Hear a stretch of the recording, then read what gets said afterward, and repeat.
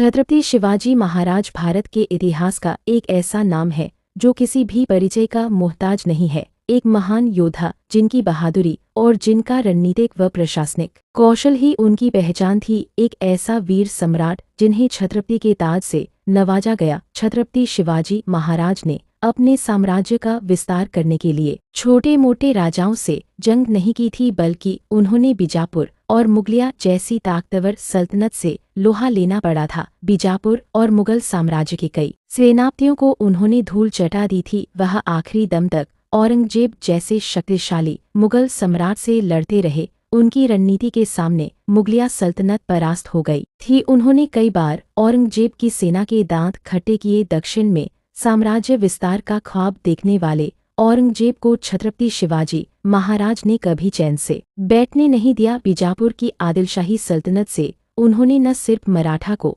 आज़ादी दिलाई, बल्कि बाद में खुद मराठा साम्राज्य के संस्थापक भी बने। महज 16 वर्ष की उम्र में छत्रपति शिवाजी महाराज ने बीजापुर के कई किलों पर कब्जा कर लिया था। वह भारतीय नौसेना के पिता थे, जिन्होंने कई स्थान पर नौसेना किलों का निर्माण कराया। एक तरफ वह लोगों के लिए हिंदू हृदय सम्राट हैं, दूसरी तरफ उन्हें मराठा गौरव का भी तमगा दिया जाता है। उन्होंने हमेशा स्वराज्य और मराठा विस्तार पर ध्यान केंद्रित किया, लेकिन सवाल है कि छत्रपति शिवाजी महाराज ने अपनी छोटी सी सेना रखने के बावजूद आखिर कैसे मजबूत आदिलशाही और मुगलिया सल्तनत के सामने चुनौती पेश की थी। कैसे उन्होंने औरंगजेब जैसे ताकतवर सम्राट को अपनी रणनीति और कौशल के सामने बेबस कर दिया था, और उन्हें छत्रपति के ताज से आखिर क्यों नवाजा गया, आज के इतिहास गवाह है। इस कार्यक्रम में इन तमाम बातों को विस्तार से जानेंगे। 19 फरवरी 1630 शिवनेरी के किले में शाहजी राज्य और जीजाबाई के घर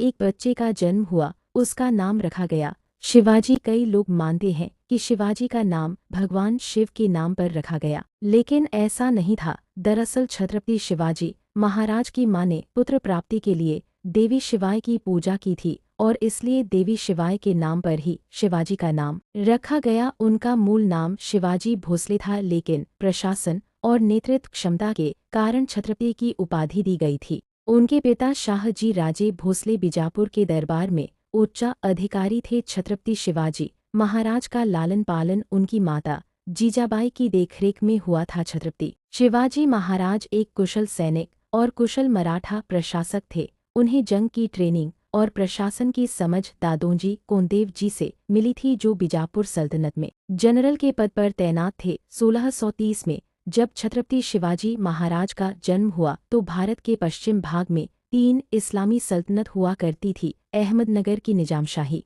और बीजापुर की आदिलशाही और गोलकोंडा की कुतुबशाही। यह तीनों आपस में लड़ते रहते थे, लेकिन आपस की लड़ाई के अलावा उत्तर की तरफ से मुगल सल्तनत इनको अपने राज्य में मिलने के लिए लगातार कोशिश कर रही थी, ताकि दक्षिण भारत में मुगलों का वर्चस्व कायम हो जाए। इस दौरान दिल्ली में शाहजहां का शासन था। 1636 में शाहजहां ने औरंगजेब को दक्षिण का सूबेदार नियुक्त किया।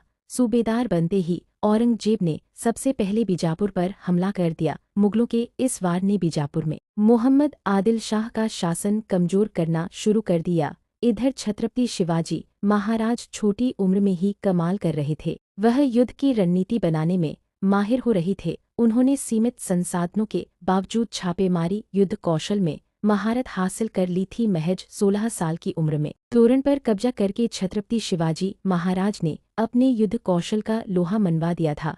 1646 में सुल्तान मोहम्मद आदिल शाह बीमार पड़ गया। उसकी बीमारी के चलते बीजापुर की सल्तनत और कमजोर हो गई। इस वक्त का फायदा उठाते हुए छत्रपति शिवाजी महाराज ने तोरण किले पर धावा बोला और कब्जा कर लिया। वहां मिले बड़े खजाने को छत्रपति शिवाजी महाराज ने जब्त कर लिया। यह बीजापुर के सुल्तान को उनकी तरफ से मिला पहला तगड़ा झटका था। शासन की कमजोरी के चलते बीजापुर अराजकता का शिकार हो गया था। इस कमजोरी का फायदा उठाकर सामंतों ने बीजापुर के अधिकतर किलों पर अपना अधिकार जमा लिया था। शासक को कमजोर पड़ता देख छत्रपति शिवाजी महाराज ने मराठों को संगठित किया और बीजापुर के दुर्गों को जीतने की योजना बनाई। अगले 2 साल के भीतर छत्रपति शिवाजी महाराज ने पुणे के पास कई महत्वपूर्ण किलों पर अपना कब्जा जमा लिया। इसमें कोडना और पुरंदर जैसे वे किले शामिल थे। जो बीजापुर के ताकतवर हिस्से माने जाते थे। बाद में छत्रपति शिवाजी महाराज ने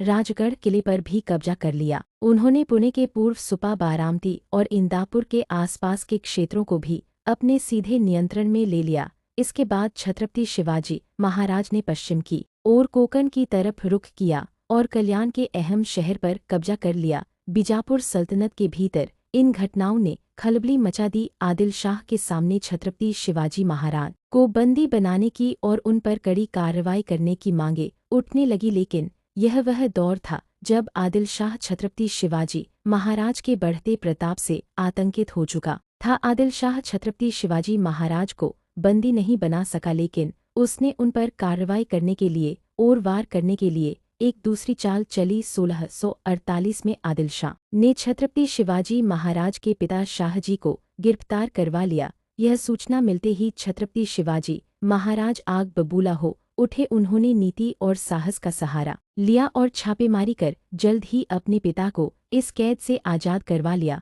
1649 से 1655 के दौरान छत्रपति शिवाजी महाराज ने अपनी विजय यात्रा पर खुद ही लगाम लगा दी और अब तक मिली अपनी बढ़त को वह चुपचाप रहते हुए और मजबूत करने में जुट गए। यह भी उनकी रणनीति का ही हिस्सा था, जिसका नतीजा यह हुआ कि छत्रपति शिवाजी महाराज बेहद मजबूत बनकर दोबारा उसी तेवर में उभरे। 1656 में महाबालेश्वर के वर्तमान हिल स्टेशन के पास जावली की घाटी पर उन्होंने कब्जा कर लिया। इस जीत ने छत्रपति शिवाजी महाराज को दक्षिण और दक्षिण पश्चिम महाराष्ट्र में आगे बढ़ाने की राह खोल दी, लेकिन 6 साल तक युद्ध से दूर रहे छत्रपति शिवाजी महाराज की आदिलशाही सल्तनत से अदावत अभी भी खत्म नहीं हुई थी। ऐसे में बीजापुर में छत्रपति शिवाजी महाराज की गतिविधियां फिर से बढ़ने लगी। बीजापुर की मुख्य रानी बड़ी बेगम साहिबान ने अपने दरबारियों को ललकारते हुए पूछा कि बीजापुर में ऐसा कौन सा शख्स है जो शिवाजी को कुचलने की ताकत रखता है। जवाब में आदिलशाही हुकूमत के सबसे बड़े लड़ाके अफजल खान ने सबसे पहले हुंकारा। मशहूर इतिहासकार जदुनाथ सरकार अपनी किताब में शिवाजी एंड हिज टाइम्स में लिखते हैं,